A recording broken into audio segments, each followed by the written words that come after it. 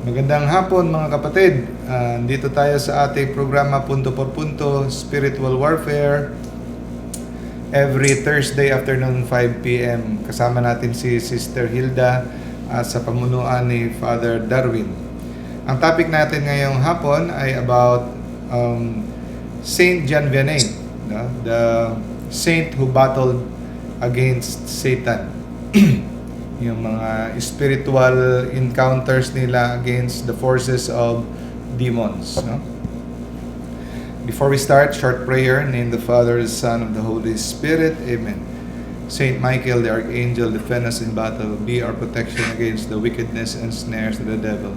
May God rebuke him, we humbly pray. And do thou, Prince of the heavenly host, by the power of God, cast into hell Satan and all of the spirits who roam throughout the world, seeking the ruin of souls. Amen. In the Father, the Son, and the Holy Spirit. Amen. Okay. From 1786, namatay siya, 1859. Okay, before tayo magsimula sa kanyang buhay, atin munang talakayin ang kanyang panahon na iniikutan. During that time, sa 1786 to 1859, ito ang panahon ng the Enlightenment, the Age of Reason. Ito ang Enlightenment, sa totoo lang, mali ang pangalan dapat dito eh. Dapat hindi Enlightenment, the Darkening, the Dark Age dapat, no? At saka yung sa panahon nga ni Martin Luther na Reformation, dapat hindi yun Reformation, hindi naman nag-reform eh. Rebellion or revolt. Nag-ugat pa rin itong Enlightenment dahil pa rin ang ugat nito kay Martin Luther, no? Siya nagpasimuno ng pagrebelde sa simbahan. So itong Enlightenment, dito yung mga lumabas yung mga philosophical thinkers na sila ni Descartes, no? René Descartes, David Hume, sila ni Voltaire. Itong mga philosophical thinkers na anti-church, anti-God, no? Yung mga thinking nila. At dito nagsimula na lumaganap yung pag-serious na pagtalakay ng science, rigorous, no? Na mga meron din siyang mabubuting resulta, pero marami rin siyang malagim na resulta, no? Kaya tinawag nilang Enlightenment dahil daw ay tumiwalag na sila sa dekahon na pag-iisip na parating susunod sa simbahan. Dapat maging liberal na sa pag-iisip. Illumination, no? Ang kanilang utak. Kaya nang sinasabi, does it ring a bell? Illuminati, no? So mag-ingat tayo sa illumination na yan, no? Enlightenment.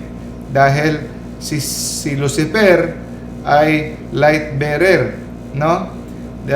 When Satan comes to you, he comes like an angel of light. Mag-ingat tayo dyan. Kasi akala mo, naliliwanagan yung isip mo, yun pala, hindi Holy Spirit, galing sa Diablo. Gaya ng itong panahon. Ang Enlightenment, sa panahon ni, kung saan siya, sa panahon na pinanganak si Saint John Vianney, napakagulo, no? Ito ay patutungo sa French Revolution and then will result to the reign of terror. Nako, grabe ka lagim. Grabe ka mapinsala ang maling pag-iisip, no? Ito ang resulta ng pag pinabayaan mong magrebelde yung isip mo sa Diyos, lalo na sa simbahan. Sinimulan ito ni Martin Luther na hindi ang authority, ang simbahan na katawan ni Kristo na iniwan niya na maging gabay sa tao patungo sa Kanya. Ito ay nagrebelde, pinangunahan ni Martin Luther hanggang sa mga ilang siglo. Ito ay naapektuhan at dumaloy na sa mga pag-iisip nitong mga dakilang tao. No? So, si Voltaire ang pinakasikat sa lahat ng Enlightenment thinkers. Ang belief ni Voltaire ay ito. Siya ang nagpasimuno ng separation of church and state dahil ang structure dati, ang Diyos ang sa taas, ang simbahan, tapos yung king, yung monarch, yung king and queen, at tapos ang tao sa baba. Pero tinanggal 'yon, hindi na ang simbahan ang head, dapat binaligtad na, ang gobyerno na ang mag-head, hindi na ang church. Doon ang simula sa kanyang maimpluwensyang intellectual thinking. He believed in the separation of church and state and in religious freedom. Religion is the enemy of reason. Yun ang sa kanyang writings, no? Parati niyang kinukutya sa simbahan, Santa Iglesia Católica. And then sabi nga niya, 100 years from now, sabi niya, there will be no more Bible on earth. Pero ito, according sa mga testimony ng ibang mga saints, itong si Voltaire, bago siya namatay, nasindak ito, pinakitaan siya ng demonyo, dinala siya sa impyerno. No? Pero ibang kwento naman yun. So, successful sila, no, sa kanilang pag-instigate ng mga philosophical thinking, at ito ay humantong sa French Revolution. Nag-revolt. So, kagaya ng sinasabi, revolutionary government. So, pinataob nila ang monarchy. Dati, ever since, yung France ay, ang leader ay hari at reyna. Pero doon nagsimula na tumaob ito. So, ang mga grassroots, ang mga tao, mga common people, nagrevolt, nagrevolusyon, at pinatalsik nila at pinugutan nila ng ulo ang hari. No? So, si King Louis XVI ay isang Katoliko, at saka yung asawa niya si Marie Antoinette, pinugutan nila sa guillotine. No? Mga Katoliko yon. So, ginatungan nitong mga philosophical thinkers ang isipan ng mga tao na ang simbahang Katoliko ay masama. Ito ang rason kung bakit sila naghihirap. Tapos, kasi magaling ang pilantik ng mga dila ng mga taong to. No? Hanggang nag-revolt sila, nanalo. At ang batas ngayon ay sa mga tao na. Wala nang nagkakagulo. Ilang daang libong tao ang namamatay sa isang araw lang. Minsan, no, may isang 100,000 pinapatay doon sa guillotine. Ganon. Madududahan ka lang na hindi ka sang-ayon sa revolution, sa revolutionary government nila, ay ichichismis ka lang na hindi ka sang-ayon, pwede ka nang mapugutan ng ulo. Ganon ka ang tatawag na reign of terror sa panahon na yon. It lasted 1793 until 1794. No? So, ginamit talaga ng demonyo yung panahon na yon. At saka hindi lang yon. Mga pare, mga madre, kinakaladkad sa daan at pinapatay. No? Kung narinig nyo yung 11 Carmelites, famous, na ni-beatify sila. Isa sila sa mga pinugutan sila ng ulo sa guillotine dahil sila ay mga madre at ayaw nilang sumunod sa ang state ang mangingibabaw sa simbahan. So, 10 days after nito, natigil ang reign of terror, siguro divine intervention dahil sa kanilang martyrdom. Yung mga pare, kinakaladkad, pinapatay, tinatago na nga lang ng mga tao ng iba na may nakikisimpatya sa mga pare. Kasi yan ang mangyayari pag may leader tayo na magaling magsulsul sa mga tao. So, parang nangyayari na rin yan ngayon. Pag binasa mo Facebook, pare, masama, pare, ganon, simbahan, walang kwenta. Pag hinayaan mo yan, no, tahimik ka at hindi mo lalabanan yan, yung mga pag-iisip na yan, parang virus yan. No? So, darating ang panahon, yung mga pare natin papatayin na rin, no? So, may counter-revolution din na nangyayari. Yung revolution, counter-revolution. Yung mga counter-revolutionaries, sila yung nagdedepensa sa mga pare, no? Tinatago nila at nag-aalsa na rin sila ng mga armas to defend themselves. Ganon kagulo. So nung si Napoleon Bonaparte ay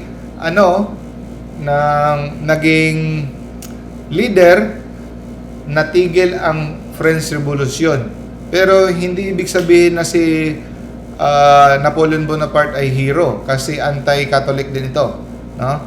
Pero natigil ang French Revolution at saka natigil ang Reign of Terror. So yon ang panahon na kinaiikutan ni Saint Jean Vianney. Grabe kagulo. So siya ay pinanganak mula sa mga magulang na mga relihiyoso, devout Catholic, na nagta-travel pa ng malayong lugar para lang makapagsimba, no? Pasikreto kasi bawal ang religion nung panahon na yon, no? Very successful ang mga Enlightenment thinkers. And then lumaki si Saint Jean Vianney na ina-admire niya ang mga pare dahil lumalaki siya, nakikita niya na matatapang ang mga pare na willing mamatay para lang sila makapagserbisyo sa Diyos. Kaya nung age 20 siya, pumasok siya sa seminaryo para maging pare. Pero medyo ang description kay Saint Jean Vianney ay mahina ang kanyang intellect. Lalo siyang nahirapan sa subject na Latin. Kaya at lalo pa na naudlot sandali ang kanyang pagpasok sa seminaryo dahil dapat yung mga nasa simbahan exempted dapat na ipa-enlist sa army ni Napoleon Bonaparte, pero hindi ito pinahintulutan. Kahit yung mga seminarista kinuha pa rin para ipalista sa pagiging army ni Napoleon.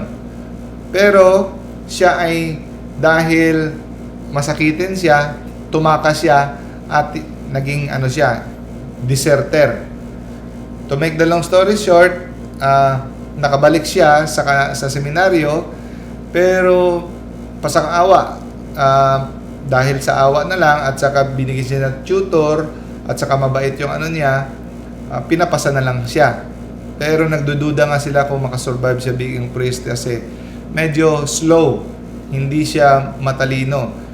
Kinukutya nga siya ng iba na makasurvive kaya kasi ang hina-hina ng kanyang intellect, ang iyang katalinuhan, no? Inassign siya sa lugar na pangalan ay Ars, no? Ars ang pangalan. Siya ang parish priest doon sa isang malayong parang liblib na lugar sa parang probinsya, no? Ang population doon ay 230 lang, no? Hanggang namatay siya, doon na siya naging parish priest. So tinawag si Saint Jean Vianney na field hospital medic. Alam niyo yung medic, di ba? Yung nanggagamot doon habang nagigiyera. Sa field, siya yung parang doktor na nanggagamot. I-explain natin kung bakit siya tinawag na ganon. So ang mga tao doon, kahit malayo sa syudad, medyo naging na rin, manhid na ang mga tao sa religion. Apektado na rin sila sa katagalan na revolusyon. Ito ay nagka-epekto sa kanilang mga kaluluwa na wala na rin silang pakialam sa relihiyon, no? Nahawa na rin, no? At saka wala na rin silang alam tungkol sa paniniwala. May iba na natitirang mga Katoliko pero wala na rin alam. So yung counter-attack ni Saint Jean Vianney ay maraming oras ginugugol sa pag-pray, no? Fasting, prayer, and penitensya. Halos di na siya matulog in front of the Blessed Sacrament to offer the conversion of his parishioners. Yun ang kanyang sikreto. And then preaching, yung preaching niya napakasimple. about salvation, hell, heaven, no? Yun.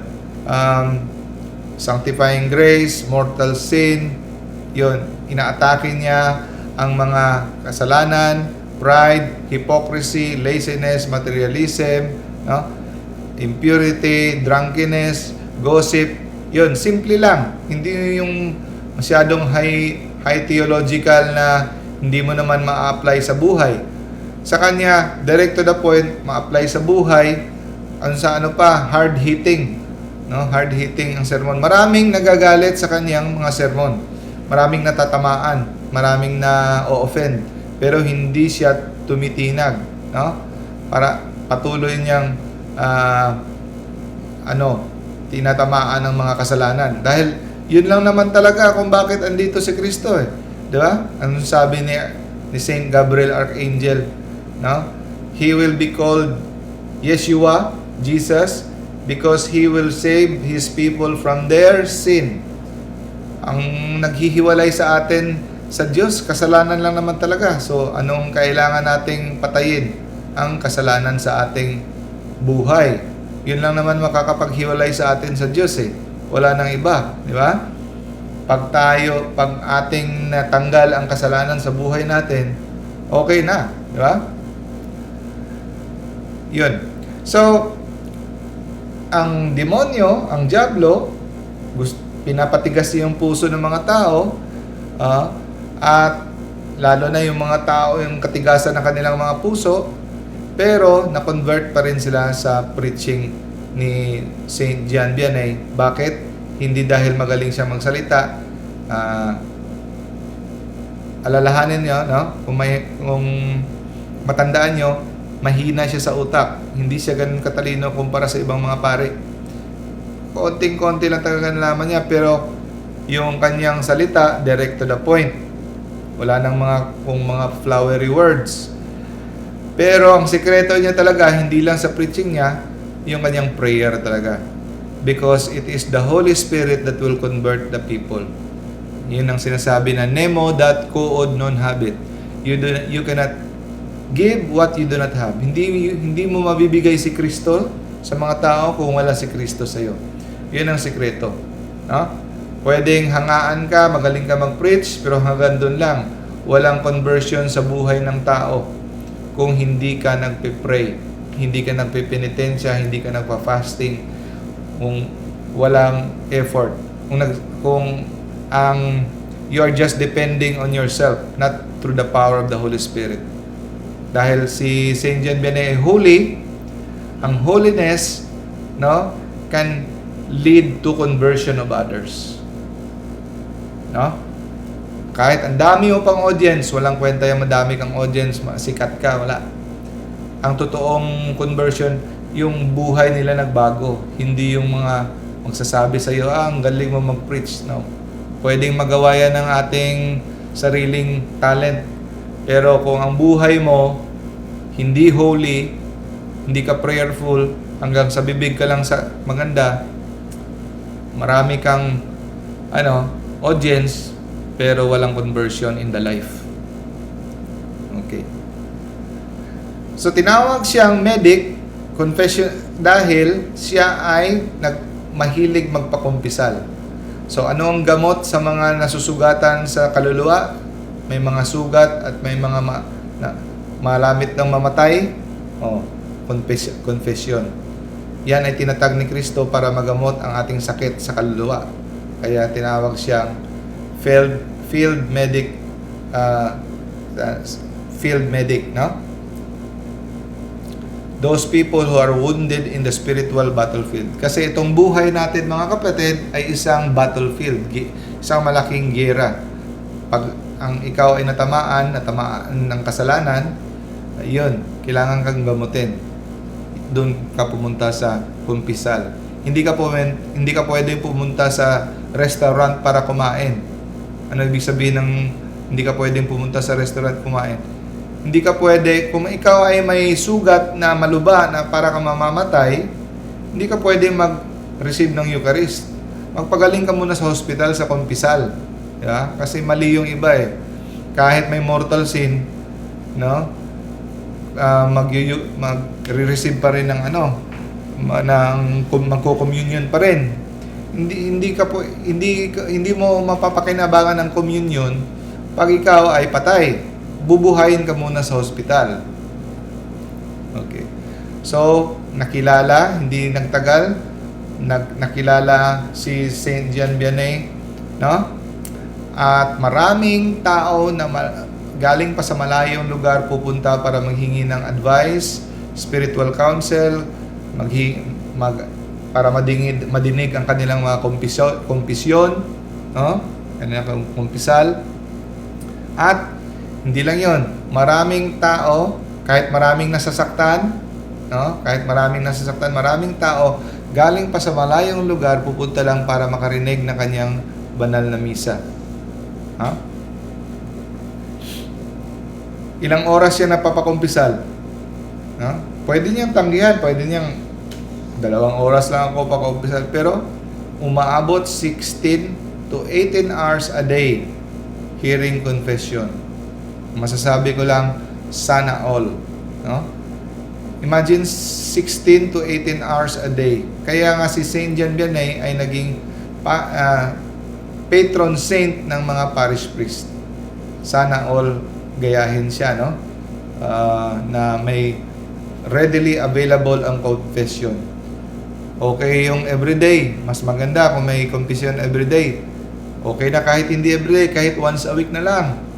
Pero sa ibang mga lugar, kahit dito sa amin mahirap. So by appointment. 'Yun kung makaswerte ka na hindi ka matanggihan. Okay.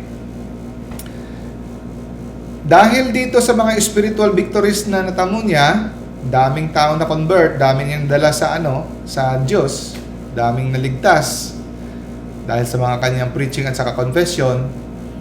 Galit na galit ang dyablo. So, niresbakan siya, babalikan siya, ginantihan siya. So, dito nagsimula ang disturbance.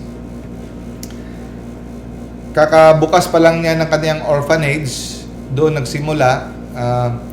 Isang gabi, 9 o'clock, nakarinig siya ng 3 paghahampas sa kanyang pintuan. Pinuntahan niya, tinanong niya kung sino yan, walang sumagot. Tinanong niya kung may tao, wala.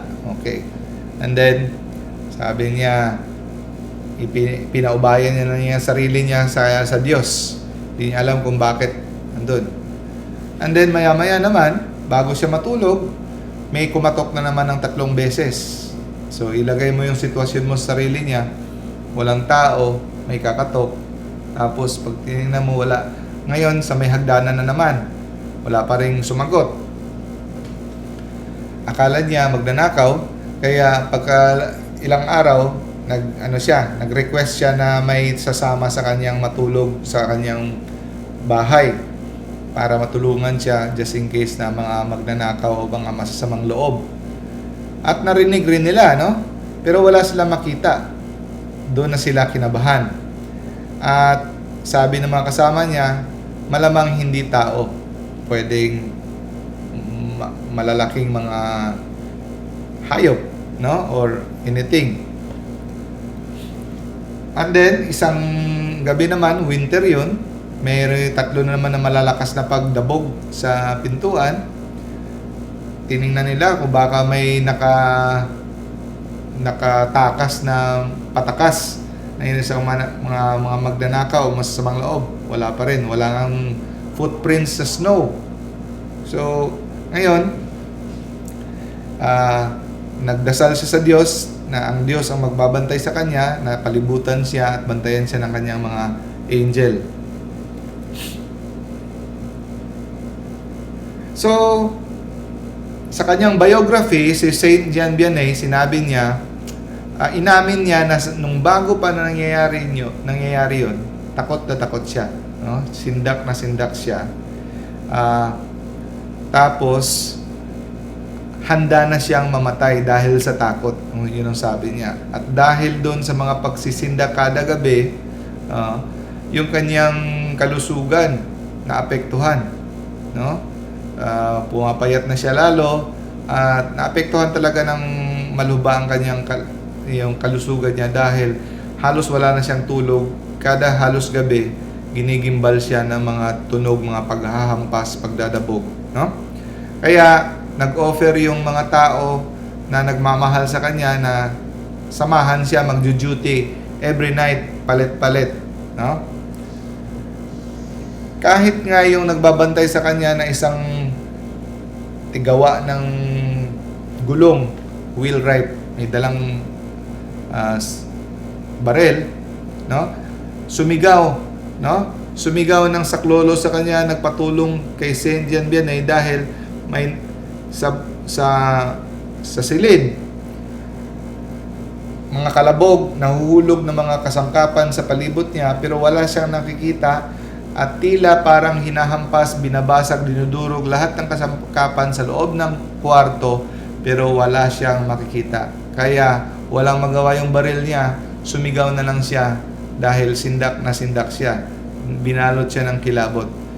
So, imbis siya yung bodyguard, siya pa yung tumawag kay Saint Gian Vianney, nagpatulong at pinuntahan kaagad siya ni Saint Gian Vianney. At doon, hinanap nila kung ano bang hayop yun, wala talaga silang mahanap. Doon natanto ni Saint Gian Vianney na ang kanilang kalaban, dito na niya na-realize na hindi talaga ito tao at ito ay diablo. Dahil doon, na nasigurado niya na diablo talaga ang kalaban, hindi na siya natakot. Dahil dati, may nagdududa pa siya, baka tao na gustong pumatay sa kanya o ano pa, hindi niya pa sigurado. Ngayon na nasigurado niya na diablo lang pala, naibsan ang kanyang takot. At unti-unti na siyang nasanay dahil gabi-gabi ba naman, no? So imagine natin na lang, no, kung sa atin mangyari 'yon.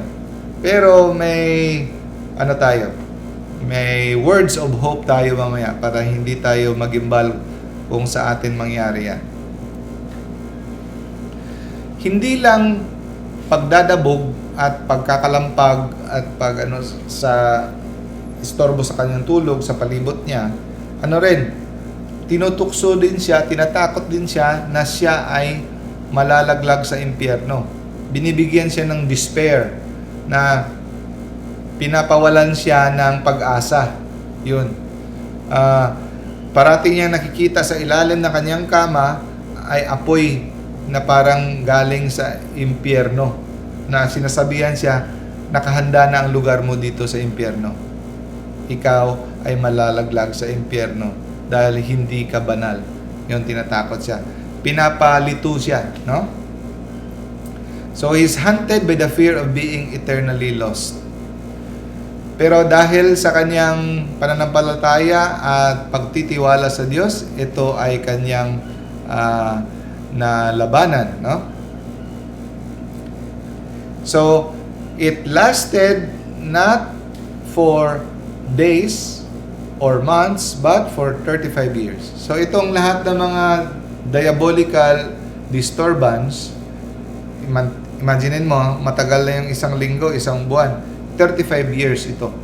35 years na krus, mabigat na krus na pinapasan ni Saint Gian Vianney. Siguro, sa tingin ko lang sa lahat ng mga saints, siya yata ang pinakamatagal. No? 35 years. Tumigil lang itong mga diabolical disturbance sa kanya, ang tawag dito, oppression. No? So, anong lesson dito mga kapatid?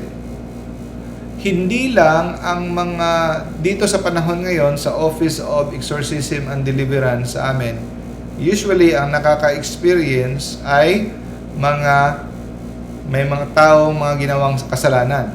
Yung lumalapit sa albularyo, manghuhula, open yung third eye, so nag-i-involve sa occult, mga spirit of the glass, mga pamahiin, superstitious, mga idolatry, yun. At saka living in mortal sin, yun ang mga taong naapektuhan at nakaka-experience ng oppression.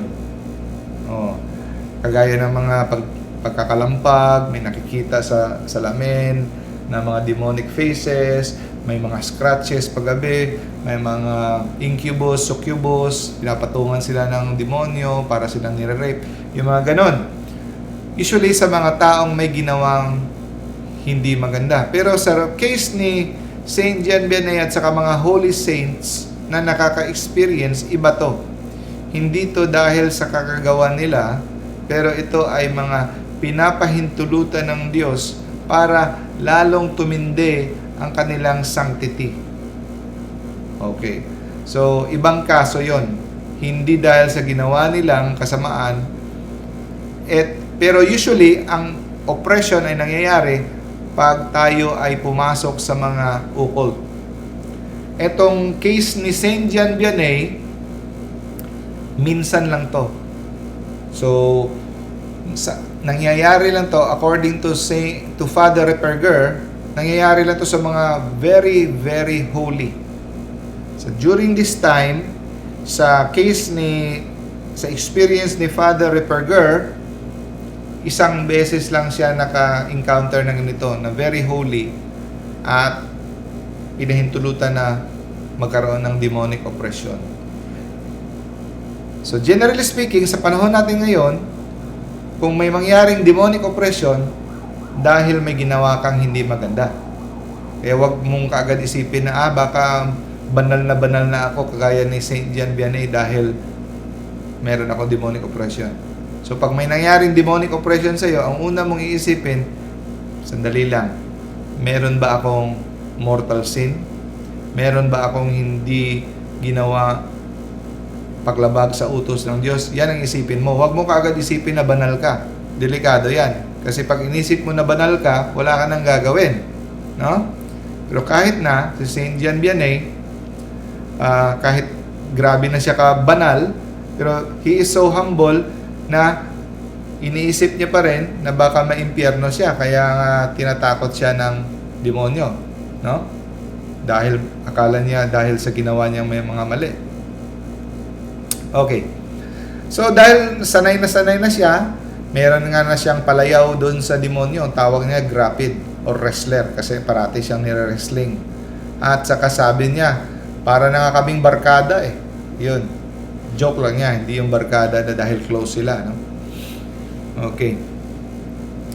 Ito ang lesson na makukuha natin, mga kapatid. Para hindi kayo minsan naglalakad ako sa dilim, sa kwarto walang ilaw, tapos minsan papasok sa isip mo, baka biglang ang mukha ng demonyo magbabalandra sa harap ko.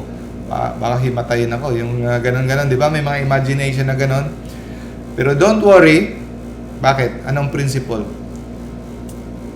Hindi mangyayari sa atin yon dahil alam ng Diyos na hindi niya tayo bibigyan ng hindi natin kaya. Sabi ko sa Diyos, alam mo naman Lord kung ano ako kamatakotin. So, binabagay niya kung ano ka katapang, kung ano ka-advance ang iyong spirituality. Pag masyado ka ng mataas, bibigyan ka niya ng mga matitindi na mga pagsubok. Hindi niya bibigay, pahihintulutan niya yung mga pagsubok na yon dahil alam niya, kaya mo. Kasi, He will not give you things that you cannot handle. Binigyan niya kay Saint Gian Vianney that alam niya, he know that he could handle them. And they would strengthen him for his ministry and for His mercy. Kasi kung sa pa sa ministry pa, parang general na yung ranggo ni Saint Gian Vianney kasi libo-libo katao dinadala niya sa langit dahil sa kanyang mga spiritual advices, sa kanyang confession, no? Sa kanyang preaching. 16 hours ba naman mapakumpisal, no? At saka yung fasting, penitensya, grabe. At saka ito sabi sa 1 Corinthians chapter 10 verse 13. God is faithful and will not let you be tried beyond your strength. Huwag mong kalimutan ito, mga kapatid. God is faithful. Hindi niya tayo bibigyan o hindi niya pahihintulutan ang mga pagsubok o ang mga tukso, no, na lagpas sa ating kakayahan. kilala niya tayo, alam niya kung hanggang saan lang tayo, no? Pero kung may pahihintulutan man siya ng mga pagsubok sa buhay natin o trahedya, anong sabi dito? But with the trial, He will also provide a way out so that you may be able to bear it. Kung may bibigay man siyang pagsubok, bibigyan niya tayo ng way out. Bibigyan niya tayo ng tulong at atin itong malampasan. Truffle eater. Alam niyo yung truffle? Yan ay yung kulubot na mga patatas dahil ito ay tuyo na at saka lumang-luma. Yun ang kinakain ni Saint Gian Vianney. Simpleng-simple lang talaga. Ito ay binoboil niya ng siguro isahang pagboil lang, isang linggo, at saka lumang-luma na, at saka minsan mga panis pa na mga tinapay, yun ang kinakain ni Saint Gian Vianney. Okay. Yun na naman. Meron namang pagkatok sa kanyang pintuan, 3 beses, wala na naman siya makita, no? At pag siya ay himbing na himbing, malakas ang paghahampas. Pero kung kakatulog pa lang niya, hindi pa himbing yung tulog niya, mahina lang yung paghahampas. Ganon ka malisyoso ang dyablo. At minsan, yung kurtina ng kanyang kama ay niyugyug, no? At sa tingin niya, para na siyang mapupunit, no? At doon sa may hagdanan, mag-iingay-ingay, no? Kaya pero sanay na siya doon. Minsan, may parang tao nakakatok na parang gustong pumasok, hindi niya pinapansin, pero kahit hindi niya pinapansin, nakakapasok pa rin.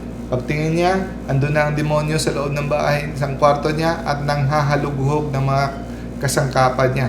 At rearrange ang kanyang mga furniture. Nililipat-lipat ang upuan dito, yon. At minsan, tinatawag pang pangalan niya, no? Vianney, you truffle eater, no? So, truffle eater, yung patatas. Kinukutya siya. Balang araw, mahahawakan ka rin namin. Balang araw, mapapasa amin ka rin. Yun. Minsan, ginagaya din nila na parang sa labas, nakakatakot na tunog ng mga parang isang batalyon na nagmamarcha na mga army. Isang batalyon na nagmamarcha na mga army at parang nakakasindak, no? Minsan, para naman siyang karpintero, ang dyablo, naghahampas ng martilyo na may pako, nagpuputol ng kahoy gamit ang lagare, tapos para siyang nagre-remodel ng bahay. Grabe, nakakatawa na itong demonyo, no? At saka, minsan yung mesa niya parang ginagamit na parang drum. At doon sa may chimney, yung water jug, ginagamit na parang drum para lang makapag-ingay. At ang ginagamit niya ng mga kasangkapan na mag-ingay, kung ano yung makapagbigay ng pinakamaingay, no? Para lang madistorbo. Ayaw niya ng patulugin. Tandaan nyo, 16 to 18 hours si Saint Gian Vianney magpakumpisal. Konti na lang ang tulog niya, yung ilang oras na natitirang para sa tulog niya, kinukuha pa ng demonyo.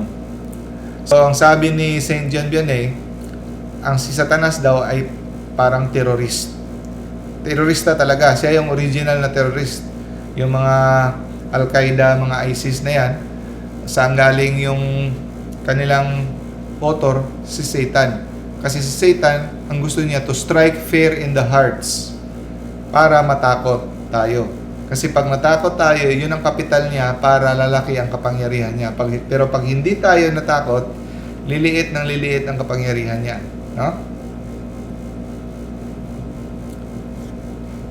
Okay. So, minsan parang may kabayo na naglalakad sa kisame, tapos bigla namang tatalon doon na naman sa sahig. At saka mayroong mga kambing na nagsisigaw yung mga kambing sa kanyang tenga mismo. Parang ganun na mga ano, sino ba namang makatulog niyan? Pero ito ang pinakamaganda mga kapatid. Maka-learn tayo dito sa ano na to, sa slide. So, despite all of that, habang nangyayari yan, gusto niya matulog, hindi siya makakapag-rest. Sabi niya, "My God, I willingly make to you the sacrifice of few hours of sleep for the conversion of sinners." So, ngayon, Lent, penitensya. Maka-learn tayo sa example ni Saint Jean Vianney. Sabi niya, "My Lord, kahit itong konting oras para sa tulog ko, sa pagpahinga ko, i-offer ko pa rin sa iyo, Lord. Kahit hindi ako makatulog, okay lang. I-offer ko to para may mga sinners na ma-convert. Sinners na ma-convert balik sa iyo." So, yung mga paghihirap natin, mga kapatid, mga fasting, penitensya, mga pagtitimpi, yung mga pagde-deny ourselves natin, i-offer natin yan kay Lord para may mga makasalanan na magbabalik loob sa Diyos. Yun. Nung pagkarinig ng demonyo, umalis kaagad sila. No? Kasi, lalo nilang gagabalain si Vianney, lalong i-offer ni Vianney kay Lord, lalong maraming kaluluwa ang maliligtas. No? Okay. And then, yun. May mga parang mga nagmamarcha na army na hindi niya maintindihan ang lingwahe, para mga Austrian doon sa harap ng bahay niya gabi-gabi. At saka minsan parang boses ng isang ibong Adarna, nightingale, na nagkakanta sa kanyang chimney para lang hindi siya makatulog.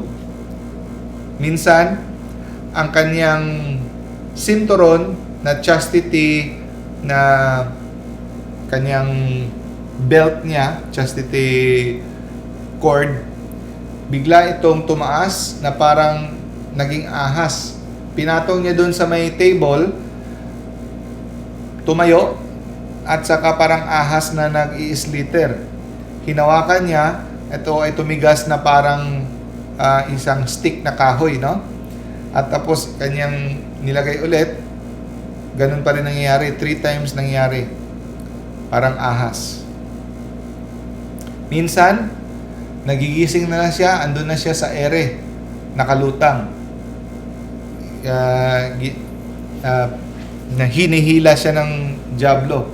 Pero every time, ganito, makaka-learn tayo nito.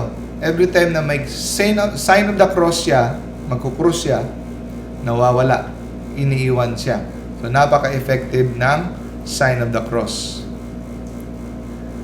May special devotion, paborito ni Saint Jean Vianney ang image ng picture of the Annunciation. Nagbibigay ito sa kanya ng consolation. Pero dahil alam ng diablo na paborito ito ni Saint Jean Vianney, tinatapunan niya ng putik ang mukha ni Mama Mary. So, kahit pupunasan nila at lininisan, pagkabukas ganun pa rin. Kaya, ang sabi ng isang witness, hindi mo na makilala ang mukha ni Mama Mary, yung picture, kasi dahil sa putik. Kaya, katagalan, nag-surrender na si Saint Jean Vianney at pinatanggal niya na lang ang picture kasi hindi niya mapakinabangan kasi parating may putik. Ganun ka malisyoso ang diablo. At saka, sinusundan, hindi lang doon sa lugar niya, kahit saan siya magpunta, ibang lugar, iniimbita siya mag-preach sa ibang mission ng mga parish, sinusundan pa rin siya. Sa ilalim ng kama niya, parating may nagmumoan, no? Parang may umuugong sa ilalim. Imagine, paano ka makatulog niyan? At saka minsan, ang kanyang kama mismo, sinusunog. Okay. Eto, isang lesson din ang ating makukuha. Lahat ng mga atake ng diablo sa kanya, ito ang pattern na nakikita ni Saint Jean Vianney. Pag sa gabi, may matindi ang atake sa kanya, alam niya na yung mangyayari pagkabukas ng umaga. Bukas ng umaga, pag inatake siya ng sobrang tindi ng mga violent attacks ng Diablo, bukas ng umaga, merong magkukumpisal. Hindi lang ordinaryong taong magkukumpisal. Tao na grabe ka makasalanan na magbabalik loob sa Diyos. So, strategy pala ng Diablo na hindi siya patutulugin para hindi siya makapagpakumpisal pagkabukas dahil puyat siya. Pero, alam mo naman si Saint John Vianney, no surrender. Kahit anong pagod, kahit anong puyat, walang tulog, hindi niya tinitigil ang kanyang serbisyo para lang makapagligtas ng kaluluwa. No? Kahit alam niya kung gaano kaimportante ang kumpisal. So kung alam lang natin ng ating mga pare, no, ang kapangyarihan ng kumpisal, siguro sila lahat magpapakumpisal. Kasi maraming taong namamatay sa mortal sin na hindi nakapagkumpisal. Hindi man lang nila alam ang perfect contrition. Just in case kung walang kumpisal, hindi na rin nila alam kasi wala na rin silang katikisim. Hindi na rin binibigay, tinuturo ito.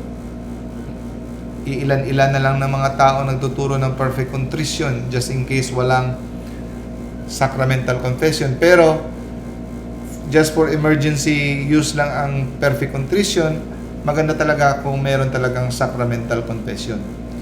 So, yun ang pattern. Pag bukas may bigatin na tao na makasalanan, siguro mga karumaldumal na mga krimen o very corrupt na politician siguro or na convert at iiwan niya yung buhay kasalanan, gusto niya magkumpisal, doon sa gabi pa lang, sa gabing yon aatakihin siya. So anong lesson makukuha natin dito?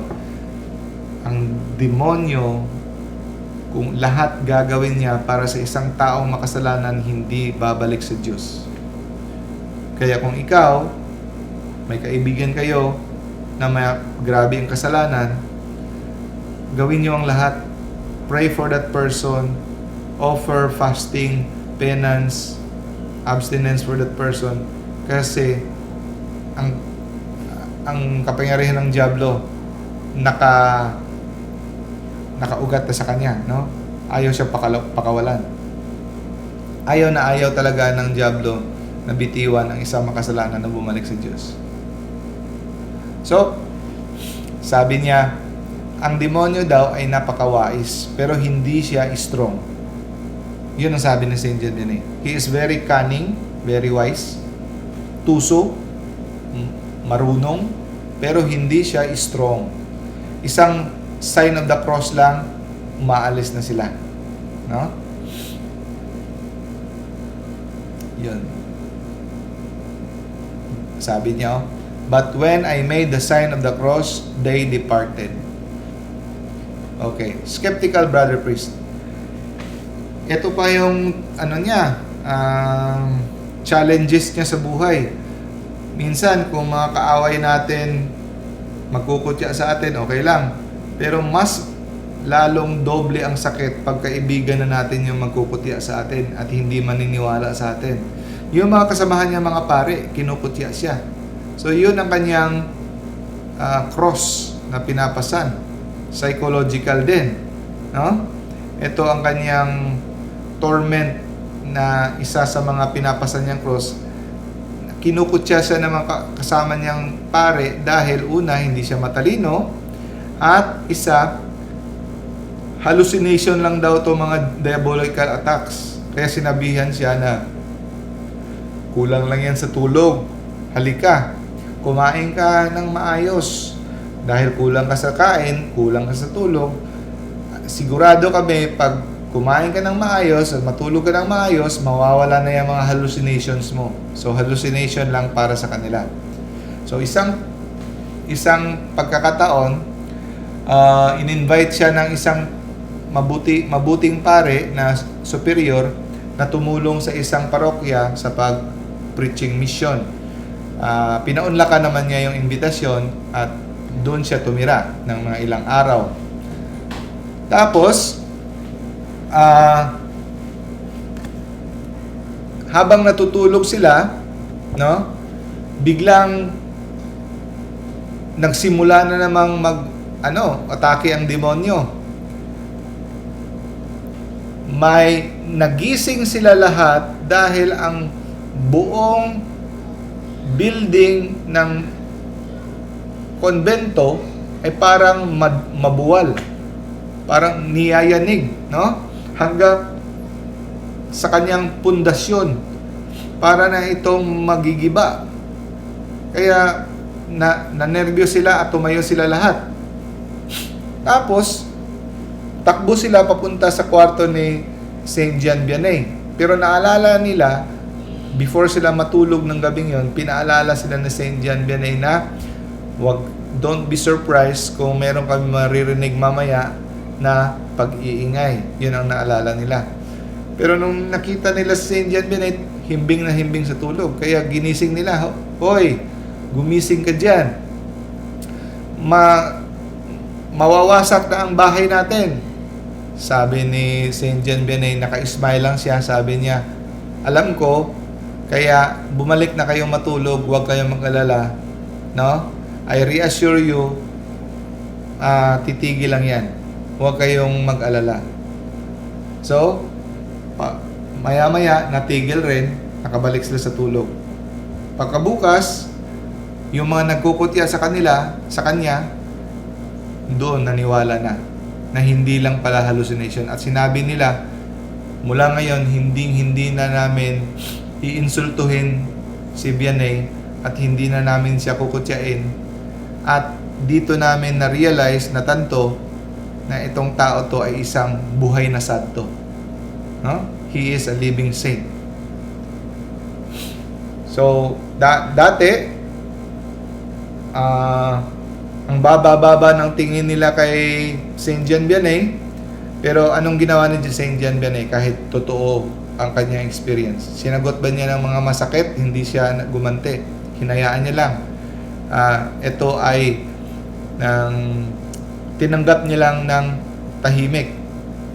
Anong sabi dito? He answered not a word, but instead retired to his room. He answered not a word. Hinayaan niya lang na kinukutya siya. Apparently, all he could feel was joy. Natuwa pa siya over being persecuted. No. So, yun. Pero, sino ang gaganti para sa atin? Ang Diyos. So, di kalaunan, na-realize nila na tama si Saint Jean Vianney at nagsisi sila sa kanilang ginawa. Okay. So, ganun pa rin. Habang tumatagal, paiba-iba ang atake. No? Kung hindi niya makuha sa ganito, iba na naman yung nagde-devise na naman siya ng bagong mode of attack. Sometimes, mga nagsisigaw na mga parang biktima sa kanyang tenga ng mga babae. No? Yun. Marami rin, bukod sa mga pang-atake, may mga pumupunta rin kay Saint Jean Vianney para i-deliverance, para i-exorcism. No? Sa pag-exercise, gumagamit si Saint Jean Vianney ng mga relics ng mga saints. Isa sa mga paborito na saint ni Saint Jean Vianney ay si Saint Philomena. No? Si Saint Philomena ay isa sa instrumento na gumaling si Saint Jean Vianney. Malapit na rin siyang, nakaranas na rin siya ng karamdaman na malapit siyang mamatay. Pero ito ay kanyang in honor kay Saint Philomena na siya ay gumaling. So, isang possessed na babae, ginumitan niya ng relics ng saint, hindi man sinabi kung sino, siya kaagad ay na-cure. Habang possessed ang babae, ito yung sinabi ng demonyo. If I have the power of Jesus Christ, I would plunge you all into hell. Ganon kagalit ang diablo sa mga tao. Kung meron lang daw siyang kapangyarihan kagaya ni Kristo, lahat ng tao idadalhin niya sa impyerno. Yun. So, the priest, Saint Jean Vianney, commanded her to be silent. Dinala niya sa foot ng high altar, and then prayed over her, no? And then praised a relic sa kanyang ulo. And then dun kaagad siya ay nanigas pagkatapos nung tumayo at pumunta doon sa holy water at nag-sign on the cross, completely healed na kaagad. Bilis lang. Isang demoniac na nagsasayaw-sayaw, dinala siya kay Saint Jean Vianney, ganun pa rin, binless siya, and then na gumaling kaagad siya. So napaka-powerful ang exorcism ni Saint Jean Vianney, hindi tumatagal, minsan isang bless lang na ano na siya. Pero yung babaeng yon na possessed, na nagsasayaw-sayaw, she was possessed for 40 years. No? She was possessed for 40 years, sabi ng kanyang anak na lalaki. Pero gumaling kaagad siya nung siya ay in-exorcise ni Saint Jean Vianney. Isang school teacher, ganun din, no? Dinala siya, at saka tinanong ni Saint Jean Vianney yung possessed na teacher. Sabi niya, "You absolutely insist that you must leave? Gusto mong umalis dahil ayaw mo sa akin?" Pabiro na tanong siguro. Anong sagot ng diablo? Sabi niya, "Gusto ko umalis dahil kaharap ko ang tao na ayaw ko." Meaning, ayaw niya kay Saint Jean Vianney. "So, you don't like me?" Sumigaw ang diablo, "Hindi. Hindi kita gusto." And then, pagkatapos nun, nag-pray na naman si Saint Jean Vianney na gumaling ang teacher at hindi na bumalik ang diablo. Okay, so 35 years siya nag-suffer, pero nung malapit na ang kanyang kamatayan, 6 months before namatay si Saint Jean Vianney, lahat ng mga diabolic disturbance tumigil. So at least binigyan siya ng konsuelo ng Diyos, no? 6 months before siya namatay, tumigil lahat ng mga diabolic attacks. And then, ang lesson dito, basahin natin. A simple peasant who could hardly complete his studies, simple lang, halos hindi nga niya makumpleto ang pagkapare niya dahil mahina lang kanyang katalinuhan, yung kanyang utak. Pero ito ang ginamit ng Diyos para maging spiritual warrior. Kasi ang humility, ang pagkasimple, ang hindi kayang tumbasan ng demonyo, ang pagkamakumbaba. No? He became a spiritual warrior, more powerful against the evil one. Hindi kailangan ng grabing intellect, katalinuhan. Ang kailangan para maging successful tayo sa spiritual warfare, humility. No? And then, itong lesson natin, 1 Corinthians chapter 1 verse 27 to 28. God chose what is foolish in this world to shame the wise. Sa paningin ng mundo, no? Ang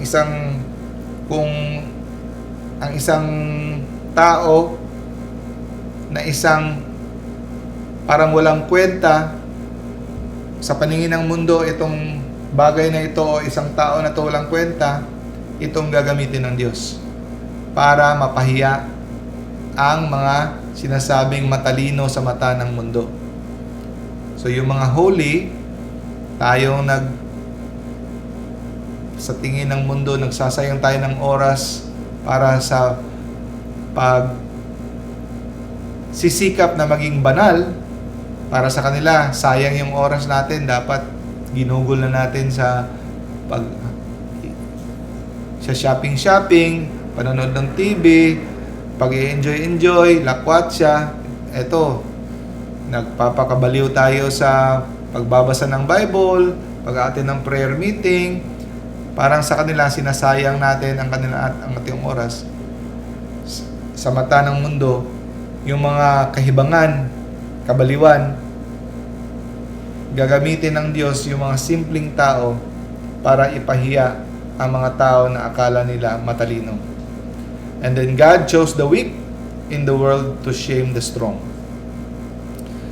Kung tingnan mo sa kasaysayan ng Israelita, parate ang sundalo ng Israel outnumbered. Ang kalaban nila 100,000, sila 10,000. Sinasadya ng Diyos para mapakita na mapahiya ang kapangyarihan ng tao.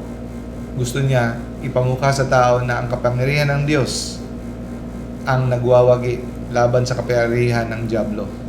No? Hindi sa lakas, hindi sa dami, kundi the power of the Lord. God chose what is foolish in the world to shame the wise. God chose what is weak in the world to shame the strong. And then, last verse, James chapter 4, resist the devil. Resist the devil and he will flee from you. Oh, yun. Yun lang pala ang sikreto para umalis siya yung tukso, mga lustful thoughts, hurtful thoughts, violent thoughts, vengeful thoughts. Para lumayo yan, labanan mo. Wag yung pagpasok, pumasok na to labanan mo. Pag nilalabanan mo, lalayo yan. Resist the devil and he will flee from you. Cleanse your hands, your sinners, and purify your hearts, you men of double mind. Confess your sins to one another and pray for one another that you may be healed. Saint Jean Vianney, pray for us. In the Father, the Son, and the Holy Spirit. Amen. Bye-bye. God bless you, brothers and sisters. See you next time.